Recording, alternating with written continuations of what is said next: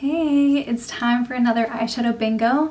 This time around, I'm going to be focusing on my April palettes, and that is the Limoncello palette from Colourpop, and then this one from Tarte is the Make Believe in Yourself palette. I'm going to choose 2 shades from each palette to start. Here's a little close-up of what those 2 palettes look like. Very colorful, very springy. I'm going to randomly generate using this pretty random app here, and I'm just going to grab 2 random shadows from each palette. I'll start with the Limoncello palette. This one has 12 shades, so I have it the minimum as 1 and the maximum as 12. And the 2 shades I'm going to work with are number 6 and number 9. Number 6 is Amalfi, which is this matte yellow, and then the other one, the Grotto, is another matte, and it's this reddish one in the corner. Okay, these are the 2 shades I have so far. Now for the 2 from the Tarte palette. For the Tarte palette, I made the maximum 10. I changed it from 12 to 10 because there are 10 eyeshadows in here. I think there is technically a highlighter in the center, but I'm not going to count it. We got 5 and 8. Aw, so 5 is Marvel, which is one of my favorite shades from the palette. And the other one is Mystic. So Marvel is a green shimmer. And then Mystic is a blue. Okay. That is the combo I'm working with. Was not expecting that. You know what? You know what I think I'm going to do? I'll show you. Instead of telling you ahead of time, I'll show you. Can I tell you I didn't press record? I did all of the eyeshadow and then I didn't press record. I'm so sorry. Okay, I'm going to, as best as I can, explain how I got to this point.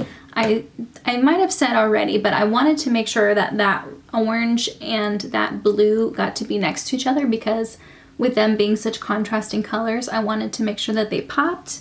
So what I did is I started with Amalfi, which is that matte yellow. I put that in the crease and on the lower lash line. And then I took the Grotto, which is that matte red, and I took this fluffy packer brush. I put it all over the lid, a little bit into the crease, and then on the outer third on the lower part.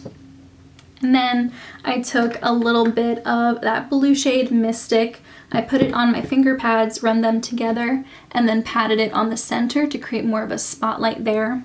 And then I took a packer brush and I grabbed Vespa, which is a dark matte brown, and I grabbed a little bit of that and then put it on the outer thirds just to deepen up the outer thirds a little bit. And now that I think about it, I'm going to add a tiny bit of it to the lower lash line, just on the outer third as well. And then I took Marvel, which is that green shimmer, and I put that on the inner corner. Okay, I'm gonna do my liner and do the rest of my face and show you the final look. Okay, so I wanted to wear this lemon headband that I got because I think it goes so perfectly with the Limoncello palette.